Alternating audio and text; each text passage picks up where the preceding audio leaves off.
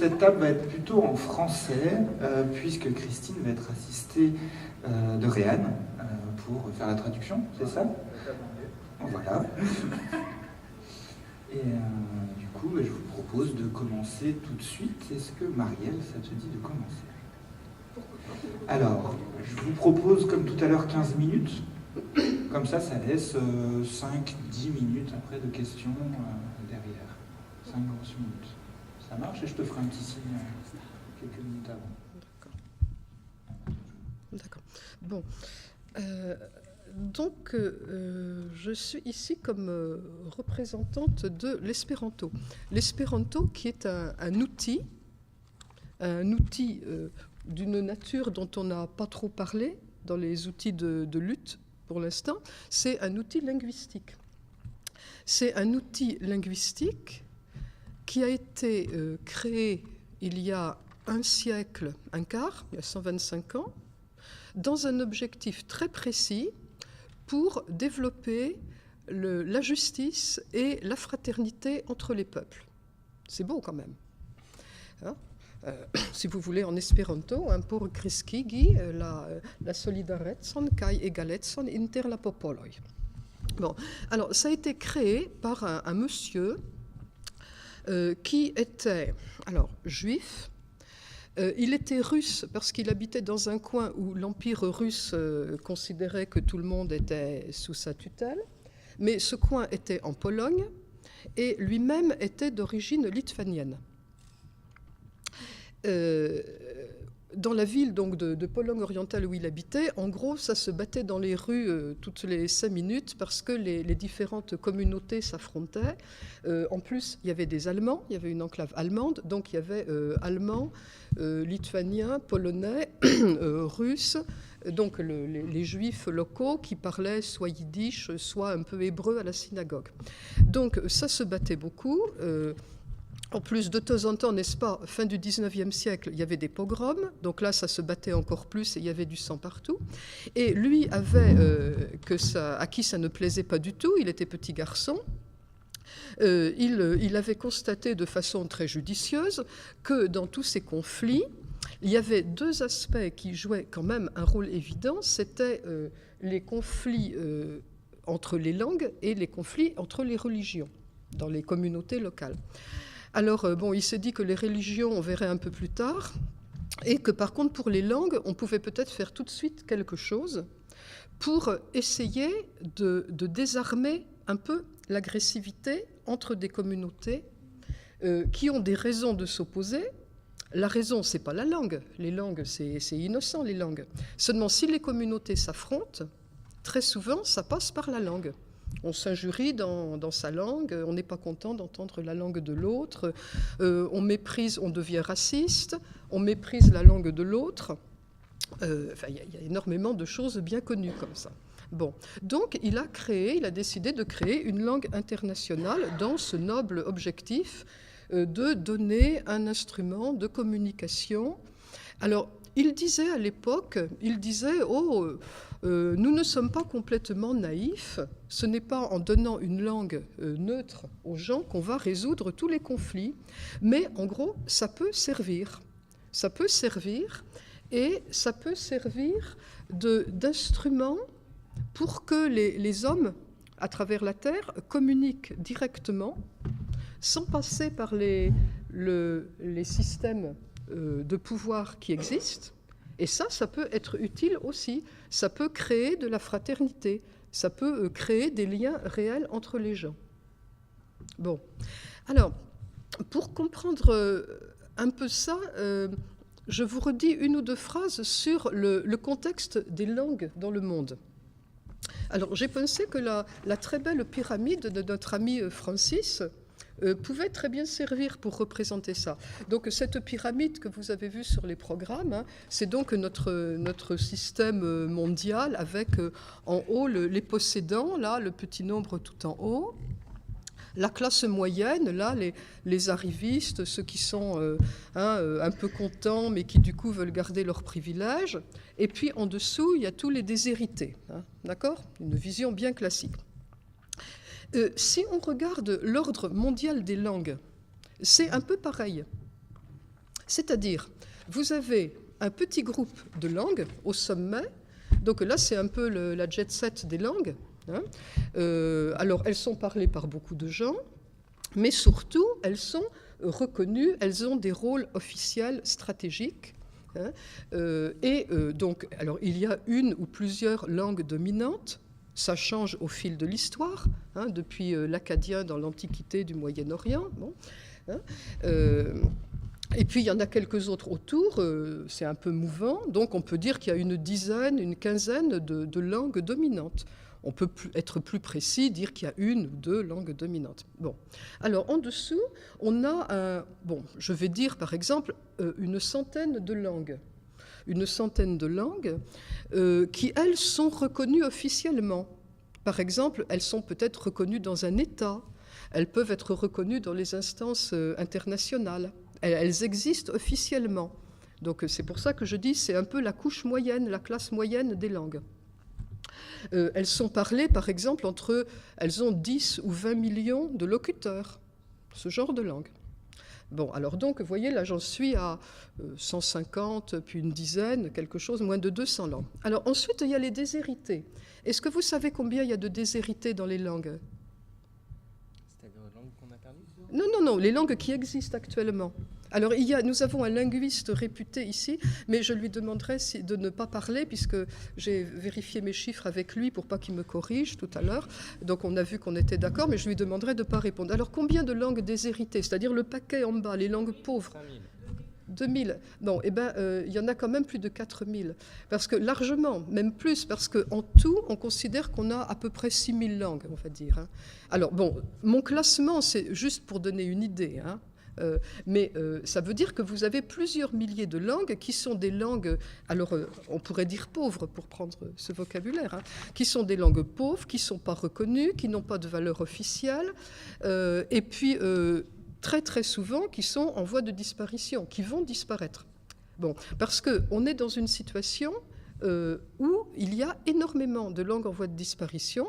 Ce n'est pas la première fois dans l'histoire, mais ça n'a pas toujours été le cas. On sait qu'il y a eu une période au néolithique. C'est un peu comme la diversité animale et végétale, hein, il y a plusieurs phases. Pendant une phase, il y a un peu un équilibre, puis après, il se passe quelque chose, et puis hop, ça y est, ça diminue. Donc, chez les langues, il y a eu un peu la même chose. Il y a eu une ou deux vagues au néolithique, une après. Maintenant, on est dans la grande dégringolade. Donc là, comme pour la biodiversité, les langues disparaissent. Alors, comme on considère qu'il y a peut-être 4000 langues qui vont disparaître d'ici la fin du siècle, j'ai fait un calcul stupide, hein, mais c'est juste pour donner une idée. Si vous calculez, ça veut dire que pendant 100 ans, il va disparaître une langue toutes les semaines. Ça fera 4000 langues en moins à la fin du siècle, hein. Bon, ça ne va pas se passer comme ça, mais c'est pour donner une idée. Bon, et pourtant, dans ces langues, les plus petites souvent, on sait que ce sont des éléments très importants du patrimoine de l'humanité. On sait qu'il y a tout un vocabulaire concernant l'environnement, par exemple. Concernant les plantes, les sols, le climat, qui est très précieux pour nous, pour gérer notre environnement qui n'est pas en très bonne posture non plus. Donc on sait qu'il y a une grande richesse là-dedans. Et puis il y a une autre richesse, c'est une richesse humaine, parce que beaucoup de langues ont d'autres façons d'exprimer les relations entre les gens. Donc c'est d'autres cultures qui peuvent aussi nous instruire, qui sont un élément important pour nous. Et puis, il y a encore un autre problème lié à ça, c'est que dans cette pyramide-là de langues, je pense que vous comprenez bien que c'est un système complètement inégalitaire entre les langues. Vous comprenez bien, la petite langue là en bas qui est parlée dans un coin là, des montagnes des Philippines, elle n'est pas traitée comme une des langues dominantes. Donc, il y a une hiérarchie, il y a une inégalité. Et ça veut dire que ça va se ressentir dans les rapports entre les hommes. En plus de ça, il y a naturellement le poids de l'histoire. Quand votre langue a été un peu dominante parce que vous arriviez avec des canons, des armées, de la colonisation, un bon petit génocide, ou enfin des choses comme ça, que vous arriviez dans un pays, votre langue, elle est un peu lourde après, un peu chargée d'histoire. Si vous avez en plus interdit aux gens du pays de parler une de leurs langues à eux, ça va quand même pas se passer très bien, ces relations, hein, ça va pas être extraordinaire. Donc, il y a beaucoup de problèmes problèmes liés aux langues. Et à l'heure actuelle, on analyse beaucoup le problème des identités, des systèmes identitaires dans les conflits. Et nos systèmes identitaires, ils sont presque toujours marqués par l'appartenance linguistique. On parle une langue. On a déjà notre langue maternelle, il peut y avoir du multilinguisme, mais on parle une langue. Si notre langue est maltraitée quelque part, eh ben c'est tout de suite un facteur de conflit. Et au sommet, dans mon aristocratie des langues, eh ben, on a quelques possédants qui sont très à l'aise et ne se rendent pas forcément compte qu'ils oppriment complètement les langues qui se trouvent à la base. Donc il y a cette grosse inégalité qui fait que les locuteurs des langues dominantes parfois s'en rendent moins compte parce qu'ils peuvent voyager à travers le monde et sur le plan fonctionnel, ils vont avoir ce qu'ils veulent. Moi, je ne parle même pas anglais, mais je peux quand même voyager à travers le monde. J'arriverai bien à demander en anglais un Coca-Cola. Hein, ça, il n'y a pas de problème, je vais y arriver. Mais en qualité de rapport linguistique, c'est quand même pas terrible. Hein. Et je pense que tous les locuteurs anglais ici savent aussi qu'on obtient un anglais dégénéré. Bon, c'est comme ça, hein, mais c'est pas non plus très très bien. Hein. Alors, là-dedans, qu'est-ce que vient faire l'espéranto? Alors, l'espéranto propose une langue qui a quelques avantages, mais ce n'est pas ça le principal. Dans les avantages, c'est que donc, ça a été conçu pour s'apprendre facilement, c'est-à-dire qu'il n'y a aucune irrégularité, donc en principe on peut apprendre très vite, et c'est une langue qui n'est pas liée à une nation. Qui n'est pas liée, qui n'a pas...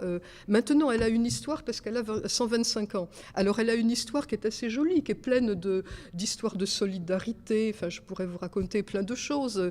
Par exemple, pendant la Première Guerre mondiale, quand on se tuait sur tous les champs de l'Europe et d'ailleurs, eh ben, il y avait des associations d'espéranto qui échangeaient les courriers entre des prisonniers des camps différents. Il y avait plein de choses comme ça. Dans les camps de Sibérie aussi, il y avait des espérantistes qui apprenaient l'espéranto à d'autres. Enfin, il y a plein d'exemples de solidarité. Bon.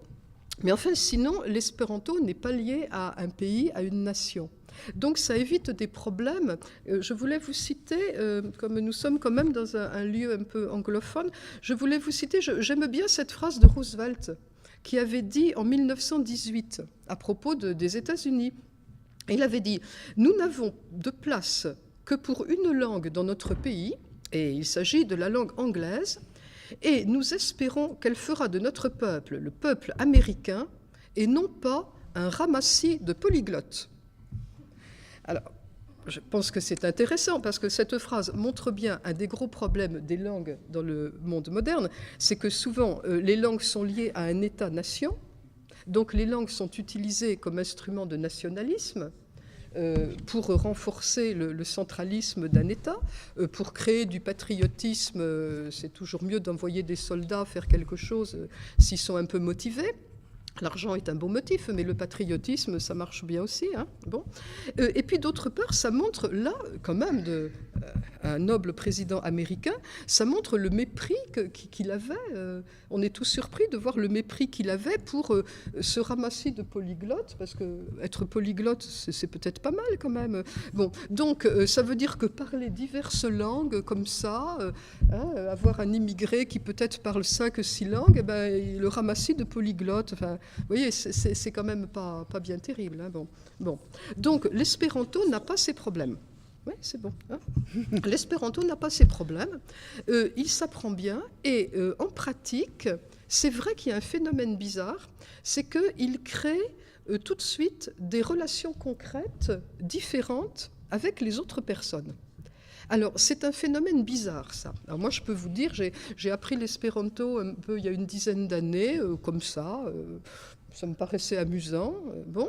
Et puis, au bout d'1 an ou 2, je me suis dit, il faudrait quand même que je voie un peu beaucoup d'espérantistes à l'étranger. Donc, alors, il y a des congrès, il y a des choses comme ça. Là, il y avait, juste à ce moment-là, il y avait un des grands congrès qui se font tous les ans. C'était en Chine, à Pékin. Je me suis dit, tiens, c'est bien, je vais aller voir là-bas. Je ne suis jamais allée en Chine. Alors, je me suis retrouvée dans des grandes salles de congrès avec 2000 personnes de tous les pays. Et tout le monde se parlait comme ça, et on se parlait espéranto, évidemment, et ça marchait très bien. Et il y avait des relations vraiment que je n'ai jamais vues nulle part. Alors, j'ai essayé d'en discuter avec notre linguiste un petit peu compétent d'ici, parce que, alors, les espérantistes disent souvent qu'il y a un plaisir énorme à parler espéranto. Alors, il y a des linguistes spécialistes de l'espéranto qui cherchent pourquoi et qui disent que c'est parce que quand on apprend l'espéranto, comme il n'y a pas d'erreur, tout est régulier, donc le cerveau peut suivre toute son imagination créatrice. Il n'a pas besoin de dire « Ah zut, là il y a une exception, ah non, là j'ai pas le droit de dire ». Donc c'est beaucoup plus facile. Et puis en plus, il y a un système en espéranto où on peut soi-même fabriquer des mots. Il y a des petits préfixes, des petits suffixes, des racines simples, et on fait comme des Legos. Alors c'est très créateur. Je peux inventer un mot que je n'ai jamais dit avant, le dire à quelqu'un un japonais qui l'a jamais entendu non plus, et nos cerveaux vont comprendre directement. Donc c'est assez plaisant. Mais notre ami linguiste m'a dit que ça, dans le fond, ça existait dans toutes les langues, à différentes doses, mais que ça existait dans toutes les langues. Alors, donc, c'est peut-être pas ça qui fait le plaisir qu'ont les espérantistes à parler comme ça. Et alors, donc, la deuxième explication, c'est que en même temps que le fait de parler cette langue un peu bizarre, c'est que en même temps, eh ben, on crée une espèce de fraternité directe. Et alors, donc, si ce n'est pas une explication linguistique, je pense que c'est plutôt ça qui marche. Parce que quand vous vous retrouvez... Alors moi, je me suis retrouvée, par exemple, au fin fond de la Chine, je racontais hier, Francis, avec un quart de 60 Chinois espérantistes, des jeunes, des vieux, des familles avec des petits-enfants, des ouvriers, parce qu'il y a beaucoup de classes ouvrières qui apprennent. Et ils avaient décidé d'aller en Mongolie chinoise. Alors, on était comme ça dans le quart, on était deux Françaises espérantistes, puis il y avait 60 Chinois, vous voyez. Ça fait des relations très bizarre. Enfin, vous voyez, c'est un petit peu... C'est souvent, vous vous attendez pas, vous êtes dans des situations un peu paradoxales. Alors, les gens vous racontent des choses, il y a une forme d'échange direct. Souvent, c'est quand même assez politique, hein, parce que, par exemple, là, du coup, il y a des personnes qui me racontaient leurs souvenirs de la révolution culturelle. Enfin, il y a des échanges qu'on n'aurait peut-être pas autrement. Hein. Bon, il y a beaucoup d'échanges. Il y a une grande sincérité. Et puis, alors, il y a ce fait que vous êtes en face de quelqu'un qui a fait le même effort que vous pour apprendre une langue. Hein, bon. Parce que quand il y a, mettons, vous êtes, je suis française, je suis devant un anglais. Si je parle très bien anglais, c'est bien, mais j'ai fait un effort pour apprendre l'anglais. Hein, bon. Et puis, très souvent, il va me dire que je parle quand même pas très bien. Enfin, ou alors, il va pas me le dire parce qu'il est gentil et poli, mais il va le savoir. Puis moi, je vais savoir que je parle pas bien. Alors que là, en espéranto, les deux personnes ont fait l'effort d'apprendre une langue pour des contacts directs. Alors, ça doit changer quelque chose. Et même s'il y en a un qui ne parle pas bien, ben, c'est pas grave. On est tout content de se comprendre. Voilà. Donc, c'est un peu particulier. Et pour finir, je pensais vous lire juste une phrase. Attendez, alors si je la trouve, j'avais mis de côté. J'avais trouvé très jolie. Vous voyez, ça correspond à ce que je dis, que moi j'ai expérimenté là, quand on rencontre des espérantistes. Mais c'était pareil quand l'espéranto a été créé là, dans les années 1900. Il y avait plein de revues, de journaux. Il n'y avait pas Internet à l'époque. Maintenant, on correspond par Internet. À ce propos, si vous voulez vous instruire sur l'espéranto, allez sur Wikipédia parce que l'espéranto est très très représenté. Il y a plus de 170 000 entrées sur Wikipédia. Enfin, c'est très actif là-dessus. Donc, dans une revue vers un peu après 1900, par exemple, une revue d'espéranto, j'avais recopié quelques petites annonces de demandes de correspondants. Et c'est pour vous donner un exemple de ce que cherchaient les gens à l'époque, hein, qui avaient subitement la possibilité de chercher à contacter directement des gens à l'autre bout du monde. C'était donc une revue internationale en espéranto. Alors, la rubrique correspondance. Un Allemand, alors je vous traduis, un Allemand de Hanovre demande à tous les lecteurs possédant des traductions de chants révolutionnaires de bien vouloir les lui envoyer, car il est très difficile en Allemagne de se procurer de telles partitions. Lui-même cherche la partition de l'Internationale. Monsieur Babicki de Pilsen, donc en Pologne, voudrait correspondre sur les conditions de travail des boulangers avec des boulangers du monde entier. À Amsterdam, un groupe de sages-femmes désire correspondants de tout pays. Le camarade de Penko Petrov de Jambol, en Bulgarie, fait savoir à tous ses correspondants qu'il répondra avec retard, car il est maintenant soldat, la mobilisation générale de l'armée ayant été est proclamée. Là, c'était vers 14. Le camarade de Kurt Schmidt, à Leipzig, en Allemagne, désire correspondre avec des socialistes, hommes et femmes, sur les conditions de vie dans les autres pays. 2 jeunes espérantistes révolutionnaires de Liverpool désirent correspondre avec d'autres jeunes socialistes.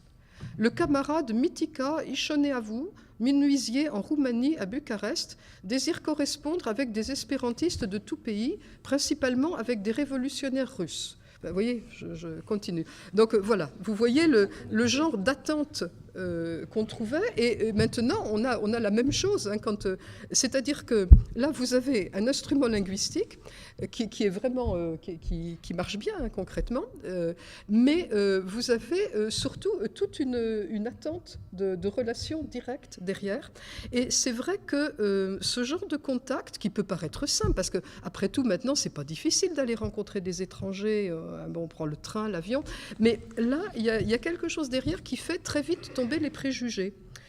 Par exemple, le dernier congrès d'espéranto où je suis allée, en mai dernier, j'étais dans l'est de la Turquie, dans la partie Kurdistan. J'étais juste au nord de la Syrie.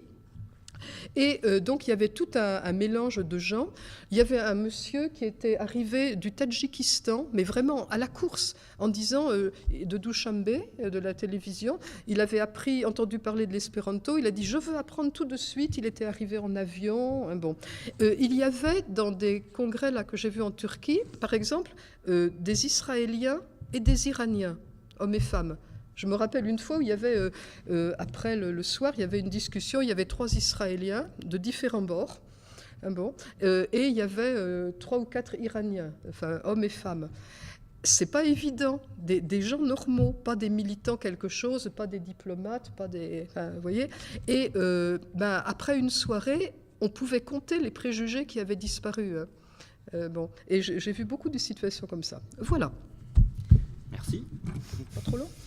C'est parfait. Y a-t-il des réactions à chaud? Des questions? Juste une dernière phrase que je peux dire. Je veux dire que donc, l'espéranto, c'est quelque chose qui existe déjà, donc il n'y a pas besoin de discuter dessus, donc on n'a pas besoin de réfléchir à des stratégies, c'est fait. Donc il n'y a plus qu'à l'utiliser pour ceux qui veulent, c'est tout. Il n'y a pas de parti, il n'y a pas de carte. Il y a 1 ou 2 associations qui s'occupent de faire quelques congrès comme ça, puis après, ou qui sont spécialisées, mais après les gens font ce qu'ils veulent. C'est entièrement gratuit, ce n'est pas un produit marchand. Le créateur a dit j'ai fabriqué ça, ça m'a l'air de marcher, maintenant je le donne à l'humanité. Hein, donc voilà. Donc toutes ces questions d'organisation sont réglées. Maintenant, il n'y a plus qu'à s'en servir pour ceux qui veulent. L'humanité a-t-elle des questions? Oui. On a réfléchi sur le fait que la solidarité est un phénomène de menace à l'extérieur. On est en solidarité quand il y a une menace à l'extérieur. Est-ce que Espéranto représente une exception à ça? Il y a une solidarité sans une menace extérieure? Oui, je ne pense pas qu'il y a pas... Bon, on ne peut pas dire qu'il y a une communauté espéranto. Il y a des gens, effectivement, qui parlent cette langue. Mais il n'y a pas de sentiment de... souvent, on dit que l'espéranto est une langue sans frontières. Donc, les espérantistes ne reconstituent pas une frontière à la limite de la communauté espéranto. Hein, c'est pas ça. Mais par contre, des solidarités spontanées, je ne sais pas, quand il y a eu, après l'accident nucléaire au Japon, l'année dernière, par exemple. Je me rappelle, on recevait, les listes Internet en espéranto recevaient des messages de japonais, et enfin, tous les espérantistes de différents pays envoyaient des messages. Il y a beaucoup d'espérantistes au Japon. Alors, les autres envoyaient des messages à tous les espérantistes qui connaissaient au Japon pour dire « mais qu'est-ce qui se passe, qu'est-ce qui se passe ?» Enfin bon, il y avait une solidarité très forte qui se sentait. Et par exemple, il y a un japonais espérantiste, je me rappelle, il s'est mis à envoyer un peu son journal tous les jours. Il habitait assez près de la centrale. Donc, il a écrit tous les jours. Alors, il était évidemment assez déprimé, et il écrivait des espèces de petits poèmes à la japonaise, là, très courts, pour essayer de transcrire son état d'esprit. Voyez. Bon, ça, c'est une espèce de solidarité de pensée pratique, mais ce n'est pas défensif. Je vais vous donner quelques petites cartes postales.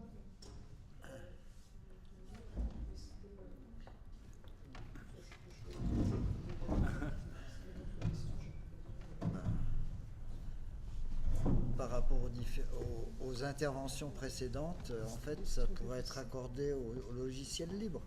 Tout à fait. C'est une expression que je peux utiliser. C'est un logiciel. En fait, c'est un Voilà, logiciel. c'est un outil libre alternatif. C'est un outil alternatif parce que c'est un peu aussi, c'est pour consommer autrement. Parce qu'on peut apprendre des langues, on peut apprendre l'anglais, d'autres langues, le chinois, tout ce qu'on veut. Bon, mais c'est très bien, très bien. Bon. Mais là, on peut aussi avoir une autre consommation, se mettre sur un autre plan. La carte que je distribue quelques-unes, c'est une carte éditée au début du siècle, une carte anticapitaliste, éditée par une des premières petites associations d'extrême gauche d'espéranto.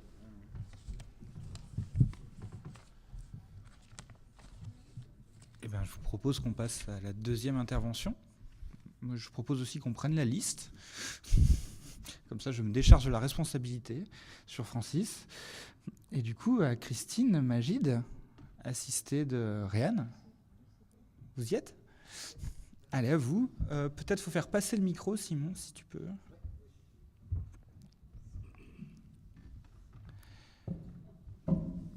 Et donc, même règle du jeu, 15 minutes, après on coupe les micros. Okay. PAFRA stands for Positive Action for Refugees and Asylum Seekers. Donc l'organisation dans laquelle Christine travaille, on appelle ça l'action positive pour les réfugiés et les asilés. And specifically deals with the issue of destitution. Et donc il gère justement des problèmes des gens qui sont sans abri dans le secteur des asilés et des réfugiés. Just to give you a little slight background of how it started and how I mobilized to grow it into a very big organization now. Juste pour vous donner un peu des informations au niveau de comment est-ce que l'organisation est devenue et un peu l'histoire derrière, c'est-à-dire le travail aux années précédentes avant la formation de cette organisation.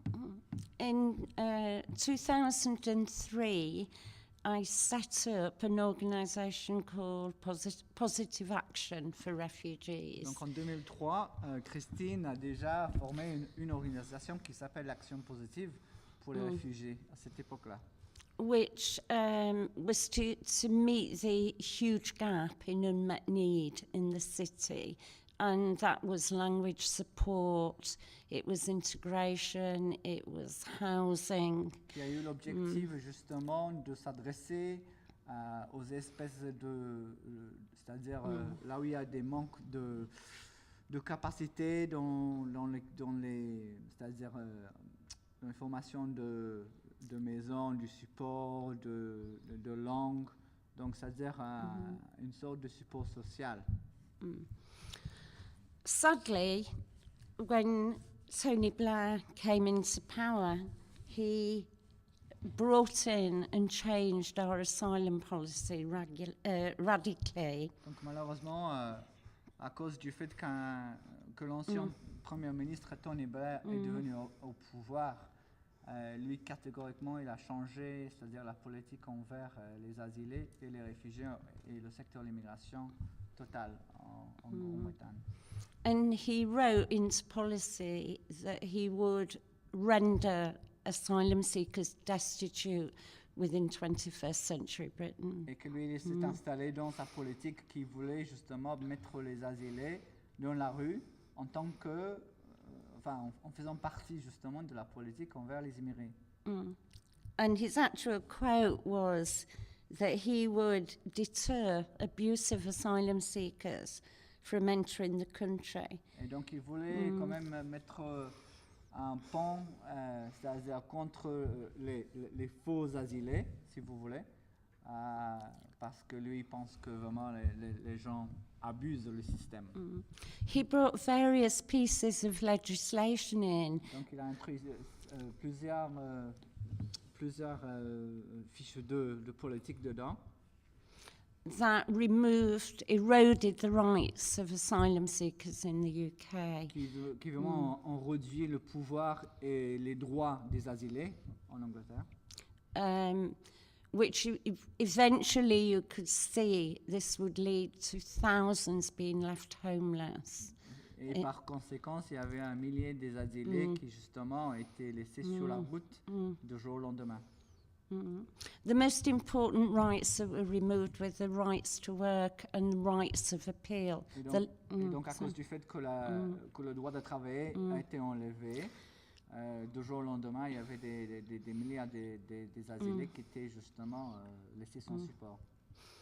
And it became evident that at the beginning of 2005, homelessness would hit really throughout the country. Et donc à travers le Royaume-Uni en 2005, vraiment, il était vraiment évident que ce problème de sans-abri, enfin, spécifiquement en parlant des gens qui sont venus demandant l'asile, seront encore plus multipliés. Donc c'est-à-dire que vous aurez quand même des milliers de gens dans la rue à cause de ces changements de politique.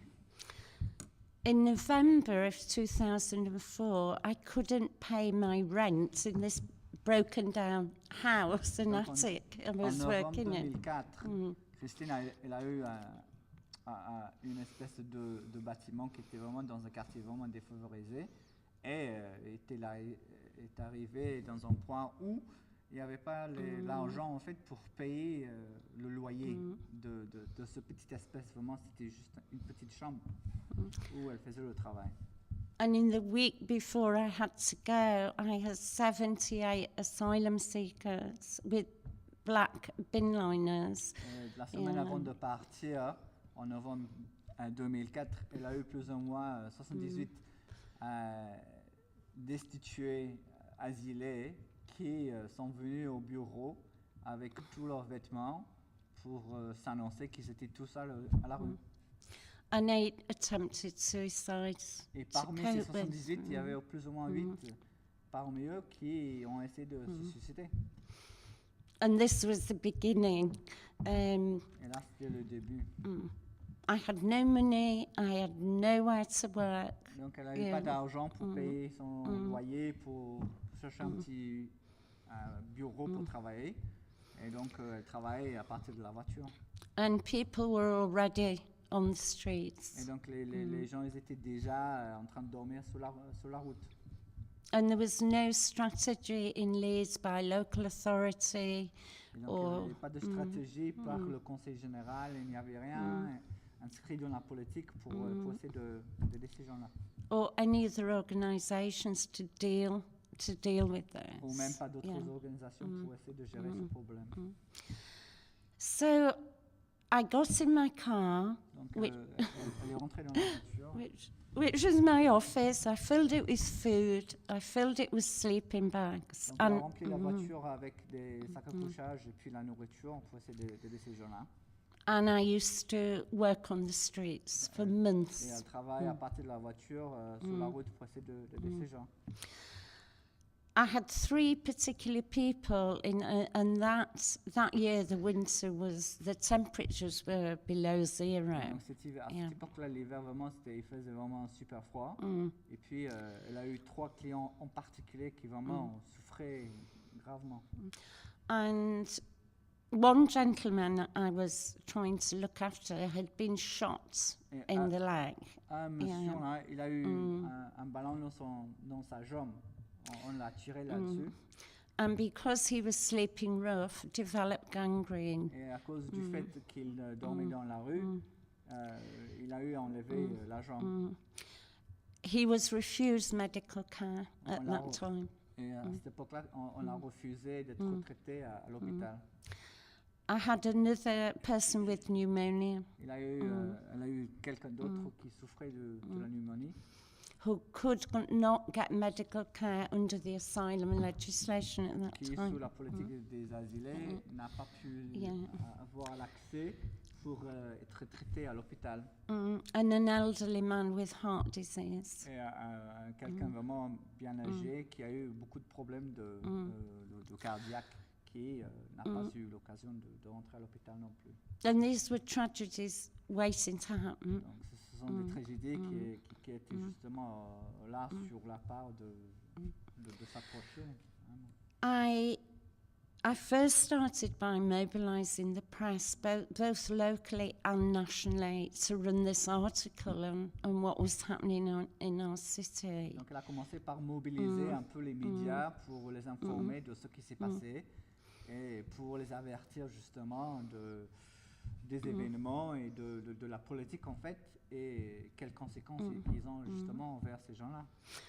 And happened through immense press coverage to meet a barrister. Et à travers From faire London. du travail avec un grand travail avec les médias, elle a eu la chance de se rencontrer avec un grand avocat. Who a lot of the people are helping on the streets did sort of a judicial review to the Home Et Office. donc l'avocat en question, il a eu fait un peu de travail pour tous ces gens-là, pour essayer de mettre en place encore un sort d'appel, c'est-à-dire au ministre de l'Intérieur. And we managed to get them off the streets. Et on a pu justement réussir pour le faire sortir de la rue et pour les remettre à chaud. I had to find a place to run a drop-in, and at that time I was totally alone. There was nobody with me. À cette époque-là, elle était toute seule au niveau de... elle n'avait pas des gens qui travaillent avec elle, ou bien elle n'avait pas de salle où travailler.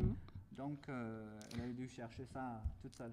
And this is in a city where there's high unemployment, deprivation.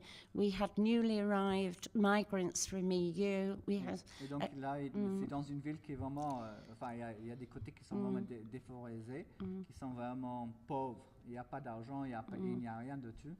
the established minorities that have been there since the 50s and 60s. Et puis les minorités, Yeah. c'est-à-dire les communautés qui sont là, installées depuis peut-être les années 50 ou 60. Or asylum seekers and a huge presence of the British National Party, the fascists. Et donc il y a une grande présence des gens qui font partie de la Front National. I faced tremendous hostilities Donc elle a eu vraiment in the beaucoup city. de problèmes, beaucoup de gens qui étaient vraiment s'opposant à son projet. Yeah, abuse. Donc elle a eu Yeah. beaucoup d'abus, des choses verbales. But I wouldn't stop. Mais Yeah. elle ne voulait pas s'arrêter. Yeah. The churches became involved and were a tremendous support to me. They found me a place to run my drop-in. Donc ce sont les églises qui justement à ce point-là, ils sont venus à l'aide de Christine et ses asilés. And we started to put appeals out for food. I got volunteers to pack food parcels avait, within the community. Et Yeah. puis, il y avait un grand appel pour demander justement la nourriture et pour demandant les gens pour faire un peu de bénévolat pour essayer d'aider dans cette grande formation de travail justement. The people that were destitute themselves helped as well. Et les clients eux-mêmes qui étaient justement eux-mêmes dans la rue, ils commençaient justement à faire quelque chose pour essayer de leur donner un peu de soi-même. And the number that I started off with escalated to 3,500 Et people donc in Leeds. c'est-à-dire Yeah. la somme des gens à ce point-là qui étaient carrément dans la rue, c'était plus ou moins 3 000, 3 500. We had no resources. It really depended on the community. Donc il n'y avait pas de ressources du tout et vraiment on essaie de demander justement de poser les questions aux communautés justement pour essayer de s'organiser. So I had to go out and give talks to all sorts of people in the community. Donc elle a dû sortir pour faire des discours au secteur de la communauté en demandant de l'aide et de l'assistance pour son projet. And raise the awareness of what was happening within the city and to try and make community relations better as well. Pour essayer de faire apprendre justement les gens, c'est-à-dire aux problèmes pour faire affronter et justement pour essayer de demander de rendre service. And I was surprised by the response. It was heartwarming. Help came from the most unexpected people. Donc, either side of the political donc spectrum. Yeah. elle était vraiment heureuse à cause Yeah. de la bonne réaction qu'elle a eue envers les gens à travers la communauté, que ce soit à droite ou bien à gauche. So to move on, we've been going 10 years. Destitution has not stopped. Donc ça fait déjà, ça Yeah. fait déjà It 10 has ans not qu'elle fait son stopped. travail, mais le problème des gens qui sont destitués, ça continue toujours.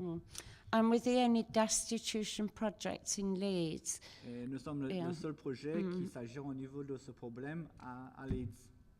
We now do 4,500 food parcels a year. Donc elle fait justement des petites boîtes de nourriture, c'est 4500 de l'année. And that is all run by volunteers from both the host community. Et donc ça c'est géré par justement la communauté, mais les gens qui font le bénévole, c'est pas les gens qui sont payés. And the asylum seekers Et les themselves. asilés Yeah. eux-mêmes. Last year we cooked 7,000 meals. Et l'année passée, ils ont déjà cuisiné au moins 7000 Um, repas à chaud. and we mobilise the supermarkets to give free food. We get it a day before it's out of date. Elle a mobilisé, Yeah. c'est-à-dire le supermarché auprès du ville pour essayer de donner un peu de l'assistance envers pour la nourriture. So we run a newsletter where we appeal for toiletries, clothing, food, children's clothing, everything. Donc le Everything, projet fait un sort de journal, un sort de magazine en demandant, enfin dedans, en faisant des articles pour demandant la nourriture ou bien quoi que ce soit comme aide, quoi, assistance dans peut-être faire des discours ou bien Sorry, essayer de 2 parler. minutes. Ouais, Yeah. voilà. So the project it's grown very, very, very big. Donc le projet Yeah. maintenant il a vraiment augmenté au niveau de son statut. The problem is internally we're very, very small. There's Problème, only c'est que c'est-à-dire dedans l'organisation lui-même, c'est vraiment petit au niveau de ressources, au niveau des gens qui travaillent. we have a part-time mental health worker, Donc il y en a qui travaillent justement un petit peu comme cicatrice pour two essayer d'aider les gens qui sont vraiment déprimés. case workers. Elle a des gens qui travaillent en train de faire les devoirs pour justement les dossiers. A researcher and Quelqu'un qui myself. fait la yeah. recherche. We run legal clinics with solicitors to help people sort of get out of destitution. Et justement, on vient ramener justement un avocat pour essayer de voir autant de gens possible dans les sciences eux-mêmes, c'est-à-dire à l'église, pour essayer de voir s'il y a un moyen de régler les dossiers. And we have now people like Refugee Council, Donc il y a des autres organisations comme on appelle ça en anglais Refugee Council. the Red Cross, Donc la Croix-Rouge est toujours là. the health organisations coming into our Et drop-in. donc les organisations de santé qui viennent justement chez la maman pour essayer de travailler ensemble, si vous voulez. So it's very anti-government. Donc c'est vraiment contre le very gouvernement. much against the state. C'est contre l'État. But I think what is so heartwarming is that every person, and it brings tears to my eyes. Donc elle dit que pour toutes les personnes, ça rend le chagrin et elle a envie de pleurer. That comes into our drop-in Qui vient with, chez elle with a tin of food. It might be an elderly avec person. une canette de nourriture, que ce soit peut-être une dame ou bien un monsieur un peu vieux qui veut essayer d'aider dans sa manière, Or some money. ou bien qui ramène un peu d'argent. Is Paphras. They are part of Donc Paphras. ça fait tout justement son projet de Paphras. Because they're helping to change lives and making a huge difference. Puisqu'ils essaient de faire un peu la différence et pour essayer de faire leur mieux pour aider ces gens-là. If I can just mention, it's not only the humanitarian side of our work. C'est pas seulement le côté humanitaire de son travail. We do a lot of research. On fait beaucoup de recherches. for policymakers in the government. Donc c'est pour Yeah. essayer de faire changement la politique au sein du gouvernement. Our last piece of research we commissioned to a Guardian journalist. Donc notre dernière Yeah. pièce de recherche, justement, on l'a donné ça au journaliste, au Gardien, qui est un des plus grands. And it was called Underground Lives, and it looked at 5 cities in the UK. Donc c'était une pièce de recherche qui justement, ils ont fait leur recherche sur 5 villes différentes du Royaume-Uni. Et on appelait le rapport en anglais Underground Lives, donc c'est-à-dire les vies souterraines, si vous voulez.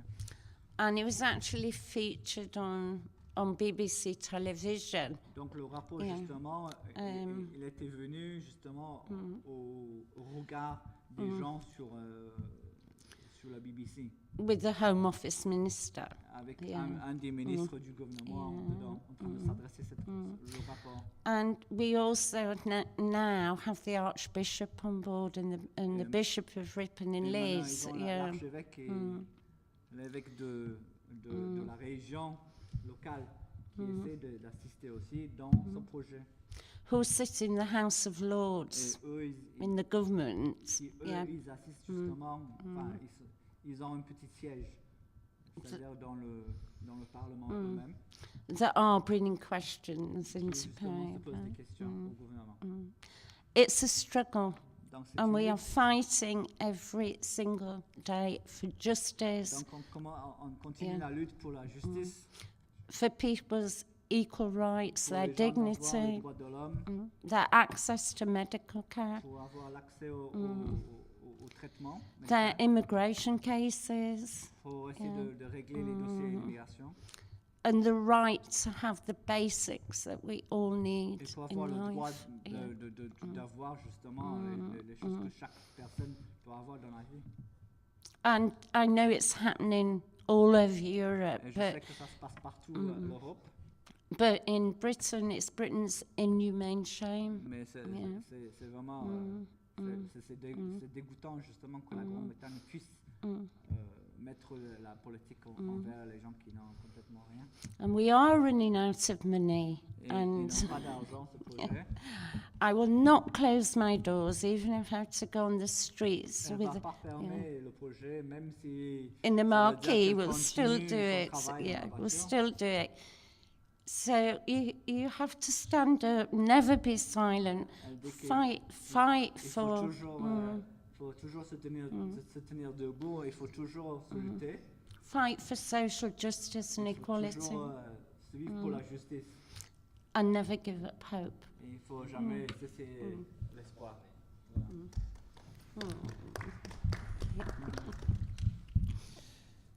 Merci.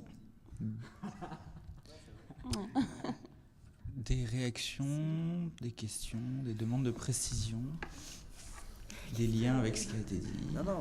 C'est un grand sujet, donc il faut poser des questions, il faut avoir un débat. Le sujet, c'est le problème de la différence entre des luttes, justement, disons, à la fois de la différence et de la proximité entre ce qui peut être du domaine de la solidarité et dans un combat contre le système, et ce qui est du domaine de l'humanitaire. Et parce que bon, là, je veux dire, bon, on imagine bien que quand la différence qu'il peut y avoir entre les problématiques humanitaires, elles sont très différentes entre ce qui peut se passer en Angleterre ou ce qui peut se passer en France. Parce que peut-être le rapport social est beaucoup plus dur en Angleterre, qu'il y a une faillite. La faillite de l'État, de l'aide sociale est beaucoup plus développée en Angleterre qu'en France. Mais bon, le problème, c'est sur l'économie de la survie. On retrouve... je pense que ces questions de lien entre, disons, lutte des déshérités ou lutte pour aider des déshérités, ça pose plein de questions, c'est-à-dire ça pose les questions de savoir si et qu'on va tout à l'heure par rapport à, disons, à la table ronde précédente, c'est-à-dire quand on parlait des mouvements Occupy ou tout ça, ou des indignés, savoir si on est dans des luttes qui sont offensives par rapport au système, disons, ou si on est dans la gestion de la crise, où on est dans la rose sur le tas de fumier,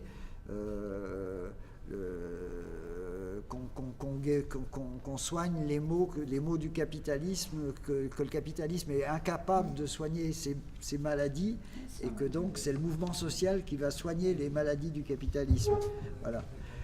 Et pour raconter une anecdote en parallèle qui situe les choses autrement, par exemple, nous, moi, des gens comme Hugo ou Simon l'ont vécu aussi, on a assisté en France c'est assez développé, tous les mouvements caritatifs. Il y a les Restos du Cœur, il y a l'Abbé Pierre à la Fondation Emmaüs, il y a le Secours catholique, des choses qui sont très développées. Et en même temps, là, on voit qu'on sent qu'il y a une lutte pour obtenir de l'aide de la population par rapport à pour maintenir en vie ces structures associatives. Alors qu'en France, ces structures associatives, elles vivent bien sûr de l'appel au public, mais elles vivent aussi des fonds publics. En France. Subventions. Par exemple, des organismes comme ça sont subventionnés par les mairies, par les conseils généraux, par... Le restaurant du Coeur, par exemple, c'est subventionné. Et il y a les réductions d'impôts qui existent en France, mais pas en Angleterre. Voilà. Donc c'est beaucoup plus institutionnalisé. Et pour raconter une anecdote qui va dans le sens contraire, presque, du moins de ça, c'est que par exemple, on a assisté sur les luttes avec les Roms, où les Roms ont commencé à essayer de se débrouiller un petit peu par eux-mêmes, de prendre en main leur destinée. On a vu il y a eu une peur des associations caritatives, une peur par rapport aux politiques. Et par exemple, on a assisté à Grenoble, où par exemple Médecins du Monde n'est plus venu, a refusé de venir sur les camps de Roms à partir du moment où les Roms ont commencé à se battre contre les municipalités, contre l'État. Lorsque les Roms ont participé à des manifestations, qu'ils se sont promenés dans les rues avec des pancartes, qu'ils ont par exemple, les associations caritatives par exemple avaient donné des tentes. Médecins du Monde avaient donné des tentes. Ils avaient donné des tentes numérotées avec des numéros, comme on a numéroté les gens pendant la guerre. Et ces numéros ont été effacés et tout ça. Mais lorsque Médecins du Monde, en réaction, et pour pas mordre la main de ceux qui les nourrissent, c'est-à-dire que c'était les municipalités, les conseils généraux, ont arrêté cette aide caritative. Et là, il me semble que dans l'action caritative, dans l'action humanitaire, on est à la... C'est quelque chose qui est très difficile à mener parce qu'on est à la lisière de... On est à la lisière de prendre sur soi la misère du capitalisme et plus se battre, quoi. Je veux dire, on se bat simplement pour soigner les plaies, et il n'y a pas de... Ou pour faire... Par rapport même à la première table ronde de ce matin, c'est-à-dire on retombe sur que même si c'est très difficile, c'est toujours plus facile de se battre pour faire respecter des droits qui sont établis par l'État ou ce qui peut être nommé l'adversaire ou l'ennemi ou tout ça, de réclamer des droits plutôt que de se battre contre le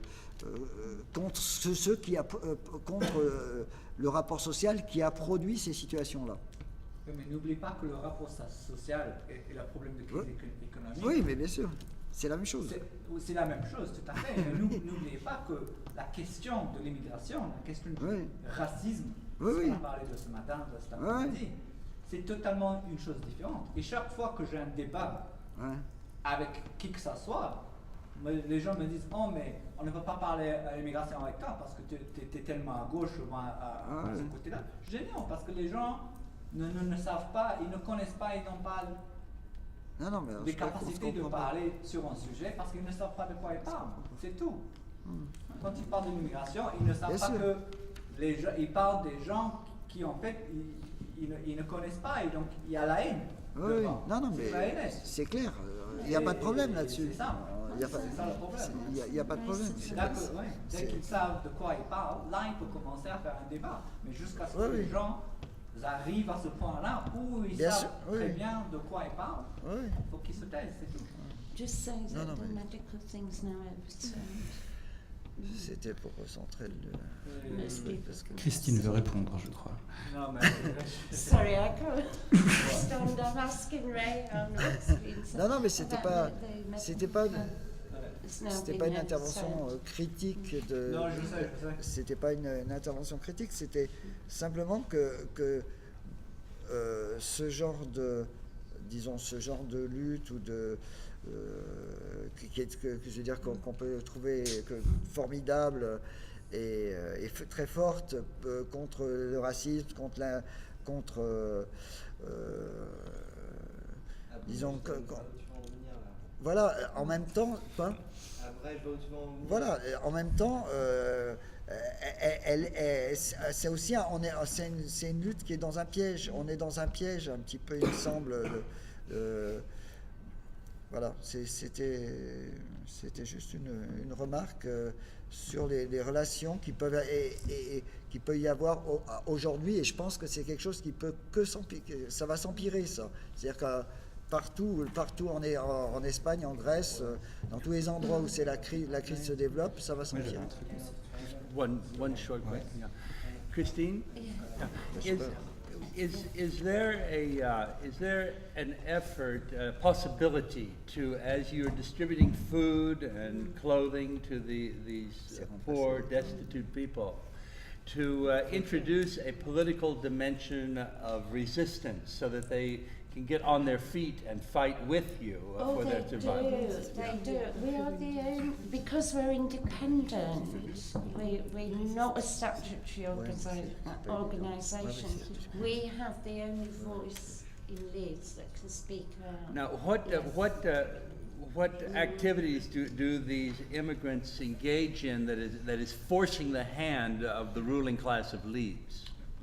Well, they run my drop-in, that's one. It's like a self-ownership.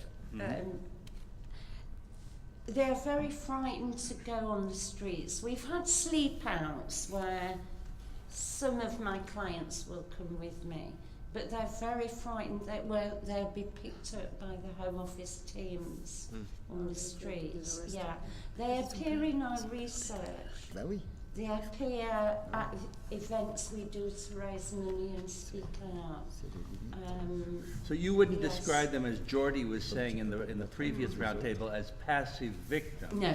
They're oppressed people trying to fight back. Yes, yeah.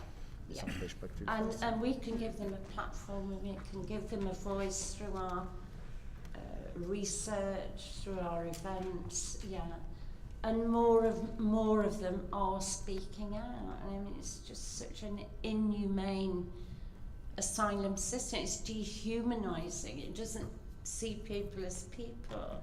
And these are people, young Afghani boys had to flee their country because of an unjust war by the West. It's an incredible trap. Yeah, and the young Kurds and the survival strategies they adopt to survive even male prostitution, female prostitution. We see this every single day. And you know, they'll go back when their country is not occupied and not free. They don't want to be here living on our streets, you know. I have people who have been doctors, have been lecturers, and while their claim is going through, they're living on vouchers for £35 a week. Do people flee to our countries to do that? If, you know, live on £35 a week? Vouchers, so you've no actual cash money, and you go to a designated supermarket and you're stigmatized by people in the queue. You know, they come to seek sanctuary, but sanctuary doesn't exist in the West. I don't think, personally. I don't think there's any sanctuary for people fleeing. I know I have to stop. On avance pour avoir le temps de passer tout le monde.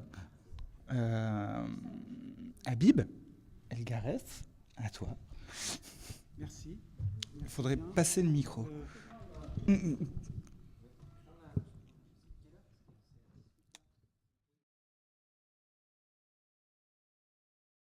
Merci beaucoup.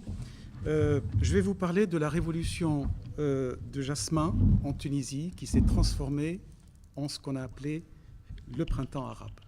Donc, assez rapidement, je vais résumer ça en 7 points, très rapidement. Premier point,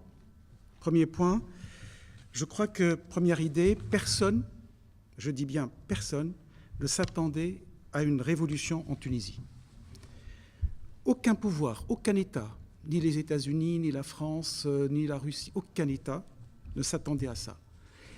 Ni même les élites du pays ne s'attendaient à un changement de régime en Tunisie ou même en Libye ou en Égypte.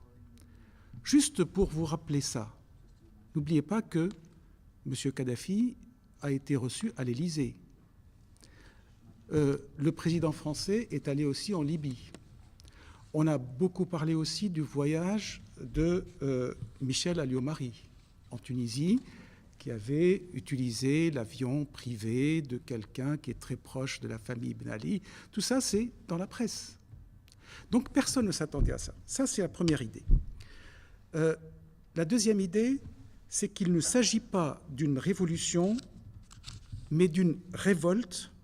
Je dis bien d'une révolte d'un individu, d'abord, d'un individu, qui s'est transformé en une révolte populaire des travailleurs, et on va voir que les syndicats vont jouer un rôle très important là-dessus, et de la classe moyenne, mais qui s'est transformée véritablement, cette révolte, en révolution. Je vais vous citer un grand historien français, le spécialiste de la Révolution française, qui s'appelle Jean Tullard. Et Jean Tullard, donc, qui a écrit un article dans Le Monde quelques semaines après le départ de Ben Ali, d'ailleurs qu'il avait intitulé son article « L'année 1789 de la Tunisie ».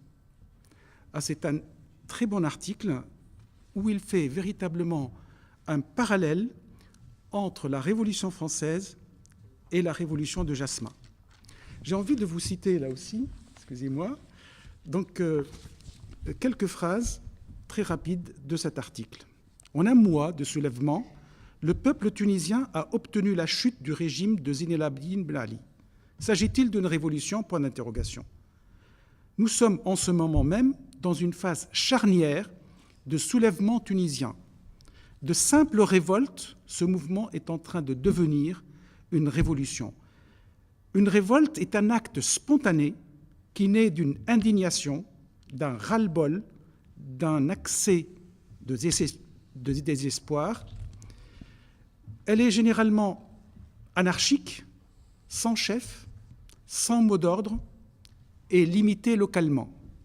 Autant de caractéristiques qui correspondent parfaitement au cas tunisien, au moins dans ses débuts. La révolution, elle, prône un changement radical d'hommes, d'institutions, de façon de penser. Pour prendre l'exemple de la Révolution française, le soulèvement était prévisible et ses objectifs connus. Égalité à travers l'abolition des privilèges, suppression des droits féodaux qui pesaient sur les paysans, fin de la monarchie absolue. Le modèle tunisien ne correspond pas à ce schéma puisqu'il a débuté et perduré sans leader ni assise idéologique. Donc, il continue, c'est un article vraiment très, très intéressant par rapport à ça. Troisième idée, troisième point, la question de la dignité. Alors, cette question de la dignité, elle est très importante, car le suicide de Mohamed Bouazizi a été véritablement le déclencheur de la révolte, puis de la révolution. Il était jeune,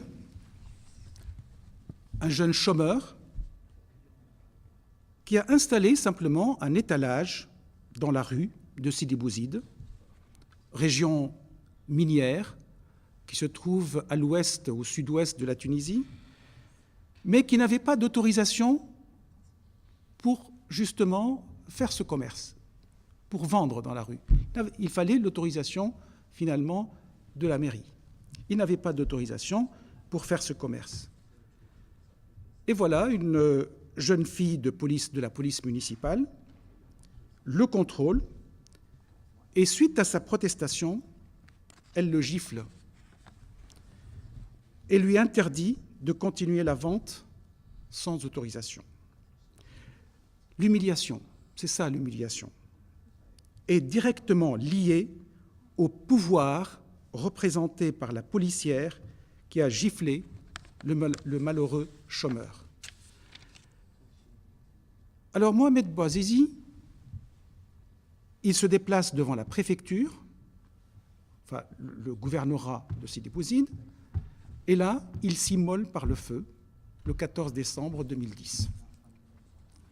Donc vous voyez bien un petit peu le lien entre le pouvoir, ou les représentants du pouvoir, et cette humiliation.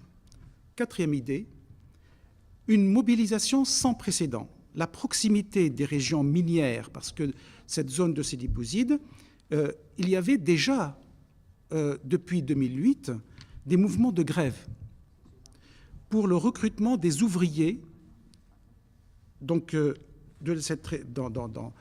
dans les mines. Et à ce moment-là, les grévistes, finalement, réclamaient qu'on recrute des gens de la région et non pas des gens venus du nord ou de l'est de la Tunisie, etc. Bon. Et finalement, la proximité, justement, de ces régions minières, de ces régions, entre guillemets, délaissées, marginalisées, et la publicité faite de l'immolation du jeune Bouazizi, et là aussi, il faut insister sur le rôle de Facebook, sur le rôle de l'Internet, des portables, etc., chez les jeunes. Donc tout ça donnait l'impression que ces régions reculées sont les oubliées du pouvoir. Et donc, la révolte va se propager en premier lieu dans les gouvernorats de l'ouest et du sud tunisien. La ville de Kasserine, le Kef, Gafsa, Tozeur, toutes ces villes qui se trouvent soit à l'ouest, soit au sud de la Tunisie, finalement vont se révolter. Alors, cinquième idée, le rôle du syndicat national des ouvriers, jusque-là bâillonné, attendait la moindre faiblesse du pouvoir et engage les ouvriers et les petits métiers à des grèves tournantes dans tout le pays. Et alors, très vite, une composition de l'élite constituée par les journalistes, les avocats, les professeurs se sont aussi mobilisés. Des slogans tant refoulés contre la caste mafieuse fit leur apparition. Et surtout, bien sûr, contre Ben Ali, dont la famille et la belle famille sont affreusement impliquées. Et donc, ce slogan dégage. La mobilisation était générale et surtout, petit à petit, cette mobilisation va toucher aussi les régions côtières et la capitale. Donc, qui finalement se sont accaparés du mouvement mobilisateur et finalement abattre le régime était devenu pratiquement un consensus général dans tout le pays. Sixième idée, la réaction du pouvoir. Comme à son habitude, intensifier la terreur. Il faut savoir que, par exemple, il y a eu 300 morts, donc surtout dans ces régions de l'Ouest et du Sud, et des milliers de blessés parmi les civils tombés sous les balles, finalement, du régime. Ben Ali va aller d'abord visiter Bouazizi, qui n'est pas mort tout de suite, qui était hospitalisé à Tunis. Il est mort après. Donc il va faire une visite. On verra peut-être tout à l'heure sur les photos. Et puis ensuite, il va faire un discours. Mais alors là, un discours un petit peu bizarre à l'époque, parce qu'il a répété au moins 5 ou 6 fois la fameuse phrase « Je vous ai compris ». En réalité, c'est du copier-coller de la phrase du général de Gaulle, faite notamment par des conseillers, et notamment, bon, je ne vais pas citer tous les noms, etc., mais n'empêche que je vous ai compris, j'ai compris qu'il faut donner du travail, remédier aux inégalités, le problème du chômage, etc. Sauf que c'est trop tard, bien sûr. Et donc, septième et dernière idée, que demandent les jeunes, et surtout ces jeunes manifestants? Donc, finalement mobilisés, comme j'ai dit tout à l'heure, par l'Internet, par Facebook, etc. D'abord, la première demande partout c'est Al-Karama al-Wataniya, en arabe. Bon, vous ne comprenez pas l'arabe, je traduis, c'est la dignité. Cette idée de la dignité, ça revient très très souvent depuis le départ. La dignité. L'instauration de la démocratie. L'instauration de la démocratie. Le partage des richesses qui leur assure de meilleures conditions de vie. Et enfin, des emplois. Voilà les demandes de ces révolutionnaires. C'est le 7e point. D'accord ? Alors maintenant, je voudrais faire une conclusion, mais quelques remarques, et éventuellement, s'il nous reste 5 minutes, je ferai passer finalement quelques documents. D'accord ? Donc, alors moi, je dirais d'abord que je remarque, et il faut savoir qu'aucun État arabe ne connaît la démocratie ou n'a connu la démocratie. Bon, ça c'est un fait. Hein, je ne veux pas rentrer dans les détails, etc. Dans certains États, la question qui se pose, c'est l'harmonie de l'État, la question de la nation. Vous voyez bien que dès que Kadhafi finalement est renversé, il y a certaines régions qui ont voulu avoir leur propre indépendance, leur autonomie. Le Soudan est divisé en 2 États, le Mali aujourd'hui est menacé, etc. Donc cette idée de se sentir appartenant à une nation. Et ça, c'est un problème dans tous les États arabes. Aujourd'hui, il y a des États qui ont renforcé cette idée, mais il y a d'autres. Alors moi, j'aime bien, et je voudrais bien faire juste une petite remarque concernant tout à l'heure votre intervention concernant notamment la langue et les langues. J'aime bien le discours d'Ernest Renan à la Sorbonne datant de 1898 sur « Qu'est-ce que la nation ?» Je l'ai cité à plusieurs reprises. En réalité, la nation, disait Renan, c'est pas la langue. La Suisse a 3 langues. Et est-ce que c'est une nation, etc. Bon, je ne vais pas revenir sur ça, mais n'empêche que je crois que l'idée de la nation dans ces États arabes n'est pas encore finalement renforcée. Il y a un retour au tribalisme parfois Donc voilà, peut-être les tribus du sud, de l'ouest, ils sont délaissés, donc on veut des ouvriers du Kef ou du Sidi Bouzid et non pas de Sousse ou de Tunis ou de Nabeul, etc. Enfin bon, vous voyez bien un petit peu ces problèmes-là. Le deuxième point, dans ma conclusion, je veux dire que le régime de Ben Ali est véritablement une dictature, mais une dictature qui a été pendant très longtemps tolérée, voire même soutenue par tous les pays occidentaux, jusque-là. Sa famille s'est accaparée des richesses et la corruption est généralisée. On se pose la question, il y a plusieurs théories ou plusieurs réponses. Je ne vais pas rentrer dans les détails. Pourquoi ces régimes ont été lâchés aujourd'hui? Et lâchés notamment par les Occidentaux, voire même par les Américains ou par les Français, etc. Je pose simplement la question.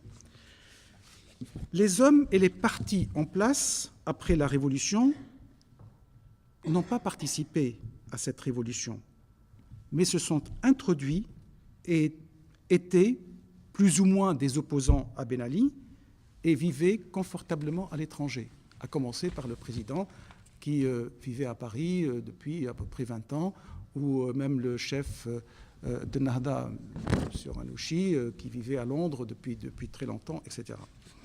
Donc, la mobilisation se fait toujours par des cumuls de frustration ou d'insatisfaction ou d'injustice qui peinent à s'exprimer. C'est justement le fait de trouver un cadre d'expression, un leader qui s'exprime à la place que la mobilisation se concrétise. Et ici, il n'y a pas de leader, il y a Bouazizi, voilà, qui a fait déclencher ce mouvement.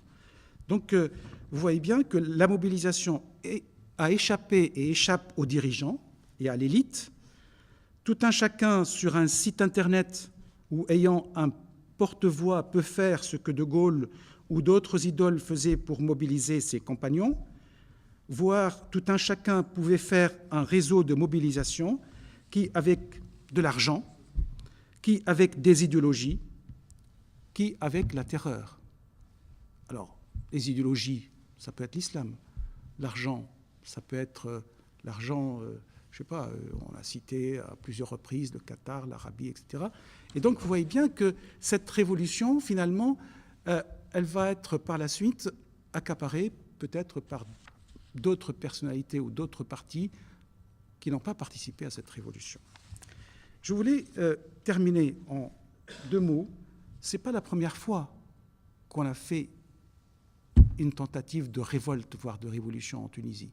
Je vous rappelle qu'en 1978, déjà, il y a eu ce qu'on a appelé la révolte du pain, où l'État tunisien a été obligé d'augmenter les prix des produits de première nécessité. C'est une augmentation, à la limite, qui a été dictée à cette époque-là, finalement, par des problèmes financiers, etc. Et le pain a doublé. Donc, du coup, grande manifestation et finalement arrêtée justement par l'armée et la police de Bourguiba. La même chose se reproduit en 80, puis en 83-84. Donc, ce n'est pas la première fois qu'il y a eu des tentatives de révolte, mais qui n'ont pas abouti à une révolution. Mais cette fois-ci, ça a abouti à une véritable révolution, puisque Ben Ali, finalement, était obligé de partir. Sauf qu'il a fallu aussi peut-être le rôle fondamental de l'armée. Parce qu'on ne peut pas aller jusqu'au bout sans le rôle de l'armée. Voilà. Donc, merci. Et je voudrais, si c'est possible, faire passer simplement quelques... juste quelques images pour montrer.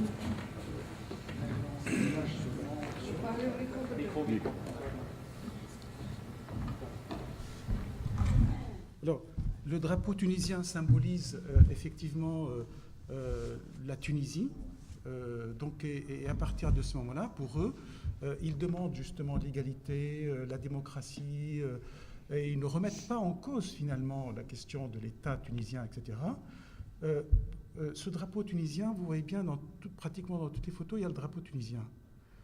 Plus tard, quand finalement le parti Ennahda va prendre le pouvoir, etc., il va y avoir des manifestants avec les drapeaux noirs, symbole finalement de la charia, de l'application.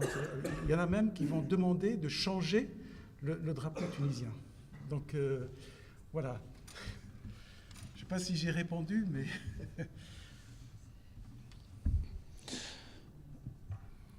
Simon, es-tu prêt?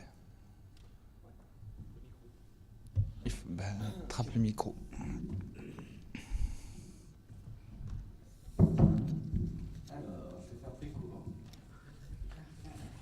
Je vais faire très court parce que j'avais rien préparé, on m'avait pas dit qu'il fallait préparer des trucs.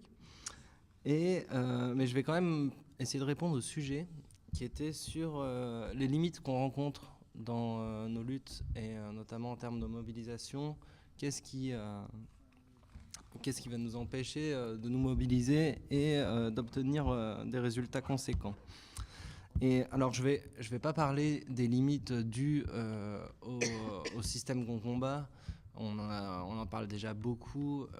Vous les voyez bien, vous les voyez face à vous, vous les voyez dans la rue, vous les voyez à la télévision, à la radio. Je vais pas en rajouter.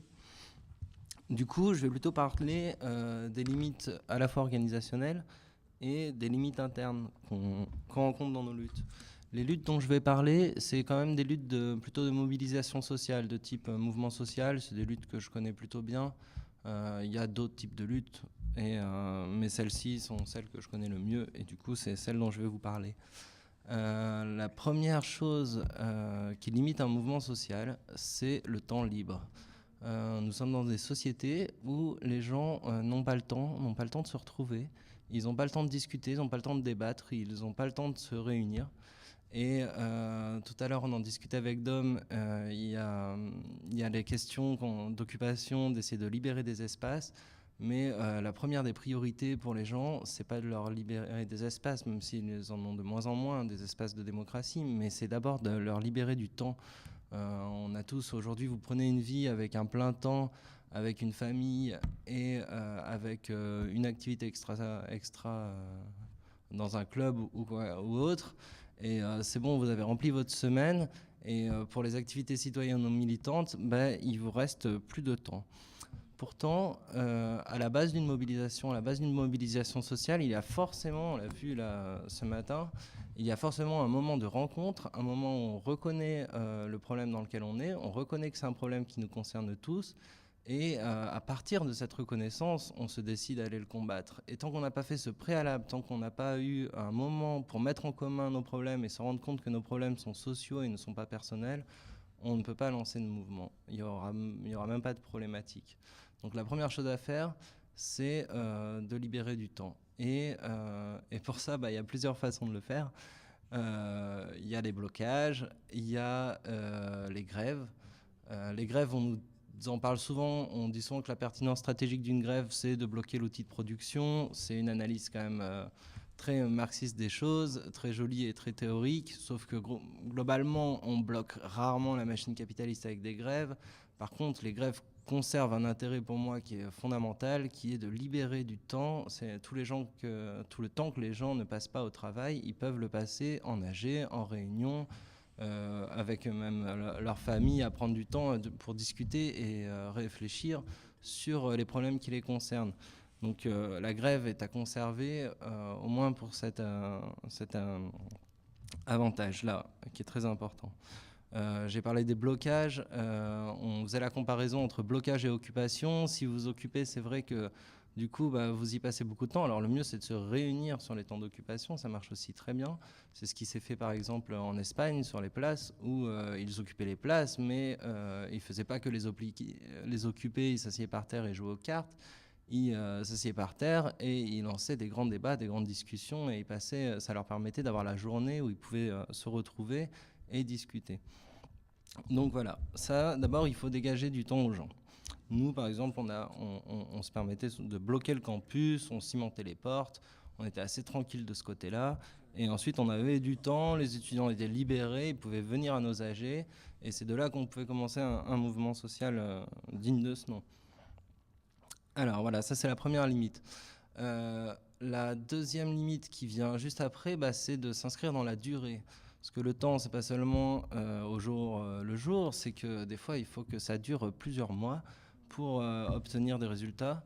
Et du coup, il y a un deuxième problème qui vient assez vite et qui limite quand même gravement nos luttes, notamment dans les systèmes dans lesquels on est dans des systèmes occidentaux où beaucoup de choses sont liées à l'argent, énormément de choses. Les systèmes D ne sont pas très développés par opposition à certains pays comme dans le tiers-monde ou en Amérique latine où il y a beaucoup plus de réseaux alternatifs et du coup le problème se pose moins en cas de mobilisation. Mais en tout cas en France, les gens sont très vite bloqués dès qu'il y a un souci d'argent et l'argent est quelque chose qui interrompt les grèves assez facilement. Et là, pour contrer cet effet-là sur l'argent, vous pouvez mettre en place des solidarités, des caisses de grève ou des choses comme ça. Et moi, par exemple, je trouve assez tragique qu'on n'arrive pas à un moment à créer des caisses de grève en amont d'un mouvement social. C'est-à-dire que quand un mouvement social se crée, on va se dire il faut faire des caisses de grève. Et du coup, on en fait. Sauf que généralement, c'est un peu tard. Et dans des mouvements qui sont creux, comme par exemple aujourd'hui, moi, je trouve ça un peu bizarre qu'on ne se préoccupe pas de collecter de l'argent pour les prochaines grèves, histoire de prévoir le coût et de pouvoir tenir longtemps la prochaine fois. Je trouve que c'est quelque chose qui manque. Voilà, donc l'argent qui risque de limiter le temps libre. Ensuite, une fois qu'on a enfin des gens libérés, qui ont discuté, qui ont élaboré leurs problèmes et tout, on en arrive à des limites, cette fois internes, qui sont les limites de la démocratie. Et les limites de la démocratie, c'est tout ce qui concerne les problèmes de leadership. C'est aussi beaucoup, par exemple en France, les problèmes de la bureaucratie et de la bureaucratie syndicale. C'est-à-dire que quand on est en AG, quand on est en réunion et qu'on cherche à exprimer nos problèmes, à débattre, à délibérer, à créer des revendications, il va falloir respecter tout un tas de processus démocratiques. La démocratie dont parlait Hugo tout à l'heure, celle qui permet au moins la délibération et l'expression de chacun sans qu'il y ait des rapports de pouvoir. On connaît les rapports de pouvoir. Je ne vous refais pas la leçon, mais peut-être un petit mot sur les rapports de pouvoir sexistes quand même, qui sont quand même souvent oubliés. Mais voilà. Disons qu'une culture de la démocratie est nécessaire pour que la lutte puisse s'épanouir. Le problème que vous rencontrez, si dans votre lutte, vous ne vous préoccupez pas assez de démocratie, vous allez avoir un problème de détermination. C'est-à-dire que autant il va être facile de galvaniser des foules, de faire des grands discours, d'envoyer des gens dans la rue pour des émeutes, pour les brûler quelque chose, ou ceci ou cela. Ceci dit, quand il s'agit de tenir dans la durée et de mener une lutte qui va durer longtemps, et notamment de plusieurs mois, il faut vraiment que chaque personne qui participe à la lutte ait bien conscience des enjeux, les ait dans son cœur, les ait dans ses tripes, parce que c'est avec cette détermination que la lutte va durer. Si vous avez des gens qui sont juste manipulés ou baladés, peut-être dans un premier temps, ça va les amuser, ça va les intriguer, ou ils vont se faire avoir par vos discours, mais vous obtiendrez, à mon avis, jamais des luttes de long terme et des luttes costauds si vous ne vous préoccupez pas que les gens aient vraiment à cœur la lutte, c'est-à-dire qu'ils la comprennent bien, qu'ils la maîtrisent et qu'ils la portent eux-mêmes. Voilà, donc la démocratie aussi, c'est très important, et respecter la démocratie dans nos mouvements. Ce n'est pas qu'un objectif politique futur, c'est vraiment une pratique importante de nos luttes. Pour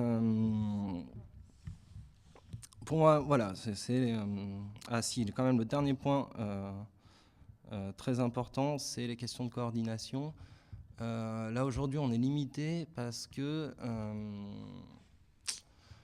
la coordination entre fédérations. Vous avez aujourd'hui, quand vous menez des luttes corporatistes, c'est quand même plutôt facile. Quand il s'agit de relier des luttes corporatistes, de créer des luttes un peu plus globales qui vont s'attaquer au système et pas seulement à certains effets du système dans certaines corporations, il va falloir coordonner les luttes.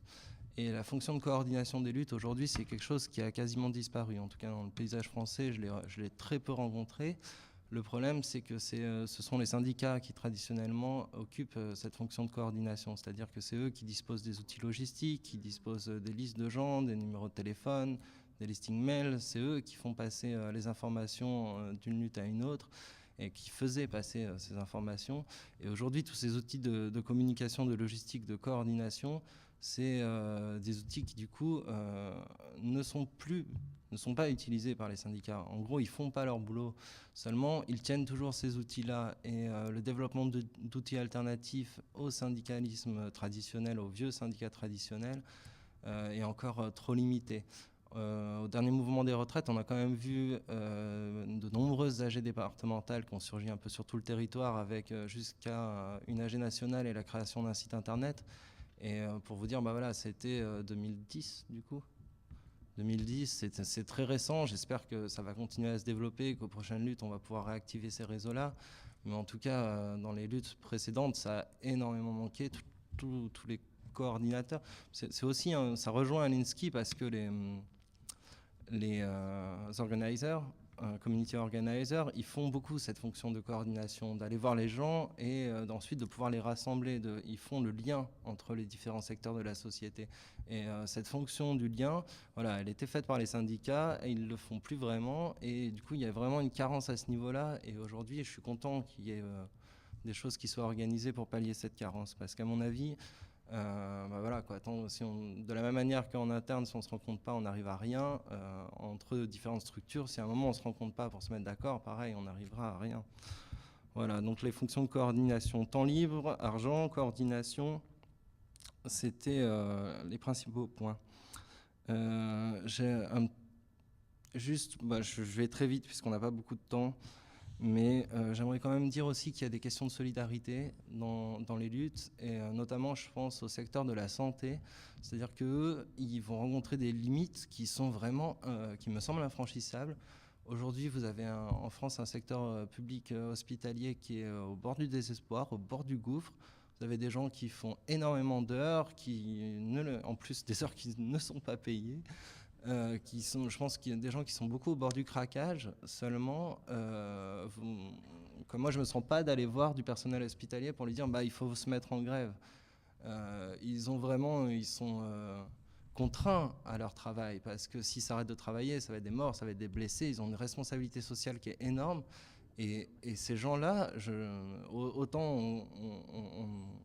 ce matin, on a beaucoup parlé des gens qu'il fallait aider qu'il fallait pas aider justement, ou alors aider à s'organiser eux-mêmes et tout ça. Je pense que pour ces secteurs-là, il va falloir réfléchir vraiment à des approches spécifiques et différentes et vraiment des approches de solidarité parce que de eux-mêmes, je ne vois pas comment dans leur temps, la vie qu'ils mènent aujourd'hui, ils vont pouvoir se mettre en lutte. Et du coup, là, je pense qu'il faut vraiment qu'il y ait une intervention du reste de la société pour aider ces gens-là qui sinon vont aller dans le gouffre, quoi. Voilà, donc la solidarité est un point quand même important aussi. Voilà, donc ça c'était les gros points pour moi qui constituent les écueils de nos luttes et sur lesquels on peut agir de notre côté, pas les points de l'adversaire. J'ai encore un peu de temps ? 2 minutes. Je voulais quand même dire 2 mots dans le sujet. Il y avait la question des luttes locales et comment les inscrire dans les luttes globales. Et pour faire simple, il y a Michael Albert qui est là. Je vous recommande son livre « Après le capitalisme » où il y a une façon de trancher le débat réforme ou révolution qui m'a paru assez intéressante et qui dit en gros qu'une réforme peut être intéressante si elle mène vers la révolution. C'est-à-dire que si on arrive à mettre en place des réformes qui conduisent, qui ressemblent, qui permettent de pratiquer le système tel qu'on le voudrait plus tard, c'est une réforme à conserver et c'est une réforme qui vaut le coup qu'on se batte pour elle. Un exemple qui peut être un peu choquant, c'est par exemple toutes les questions de consommation responsable, de consommation équitable ou bio ou compagnie. On peut en dire ce qu'on veut au niveau stratégique et de comment ça va pouvoir changer le système. En tout cas, moi j'y vois du coup un intérêt majeur qui est que dans le monde du futur, j'espère et j'imagine que les gens consommeront de manière responsable. Et du coup, au moins cette mentalité-là, cette culture-là, c'est quelque chose qui est développé par ces luttes-là. Je n'ai pas beaucoup d'espoir que ces luttes amènent à des changements réels dans le système. Par contre, au niveau du développement d'une culture de la consommation responsable telle qu'elle serait dans un système, par exemple, participaliste, là, par contre, je trouve que ça a un impact évident. C'est vraiment une question d'apprentissage. Voilà, ça c'est une chose. Ah si, quand même. Une autre chose, si quand même, puisqu'en plus c'est ce que je fais moi, qui manque dans nos mouvements, c'est quand même les perspectives. Et voilà, donc ça fait, grosso modo, on a le modèle capitaliste, on a le modèle communiste, on a des modèles autogestionnaires, mais qui ont été très limités dans le temps, et puis qui ont concerné des époques qui ne ressemblaient pas forcément à la nôtre. Et en tout cas, je trouve qu'on manque énormément de perspectives politiques assez claires, pas forcément détaillées, mais au moins claires sur le monde qu'on voudrait plus tard. Et du coup, je pense que là aussi, il y a un énorme travail à faire. Nous, on a commencé à Grenoble avec des ateliers d'économie où on essaye du coup de s'interroger et de définir, non pas nous-mêmes en groupe de réflexion, mais les ateliers qu'on prépare, c'est des ateliers où on va voir les gens et on leur propose un cadre avec des exercices, avec un peu d'apport aussi théorique, mais surtout un cadre où ils peuvent s'exercer eux-mêmes, à la fois la démocratie, puisque du coup, l'objectif de ces ateliers, c'est de se mettre d'accord, mais de s'exercer à définir le monde qu'ils voudraient et qui ne se contentent pas de dire moi je suis communiste, je veux le communisme, moi je suis anarchiste, je veux l'anarchie, qu'ils aillent un peu plus dans le détail là-dedans. Et du coup, ça ressemble à de l'écriture de revendication, mais je pense que d'avoir des perspectives claires et crédibles et intégrées par les gens qui viennent d'eux-mêmes, c'est quelque chose qui pourrait servir à nous fédérer et surtout à nous donner de la détermination. C'est-à-dire que tant qu'on ne sait pas vraiment où on n'y va pas franchement, quoi. Voilà, je finirai là-dessus. Alors vous savez, un colloque, c'est un endroit où on vient pour être d'accord avec les gens. Sinon, on ne vient pas. Sinon, c'est pas un colloque. Donc, est-ce que quelqu'un est d'accord avec Simon? Il veut réagir? Je pense que tout à fait le dernier point là, que tu viens de faire, c'est vraiment quelque chose qui est vraiment lié à la lutte, que ce soit en Angleterre, que ce soit aux États-Unis, que ce soit à la lutte ici. On sait tous qu'on ne veut pas, mais qu'est-ce qu'on veut? On sait tous qu'on veut faire X, Y ou Z, mais qu'est-ce que l'avenir? Qu'est-ce qu'on veut pour l'avenir? Est-ce qu'on ne veut pas avoir les frontières? Est-ce qu'on ne veut pas avoir la guerre? Est-ce qu'on ne peut pas avoir une armée? Est-ce qu'on peut avoir ceci, cela, d'autres choses? Donc, je pense que vraiment, c'est quelque chose pour moi qui est vraiment lié. On sait tous qu'on ne veut pas, mais qu'est-ce qu'on veut? Quelle sorte de monde est-ce que nous avons? Et dans cette façon de penser, il faut vraiment que, comme tu viens de dire là, il faut vraiment que la gauche revienne, que ce soit ici, chez nous en Angleterre, ou vraiment toutes les parties, tous les gens, même s'ils sont bien d'accord avec certains points, ils sont divisés par autres. Et il faut qu'on arrive à un point dans l'avenir où vraiment les gens soient d'accord avec les uns et les autres, parce que sinon, l'espoir ne sera pas là.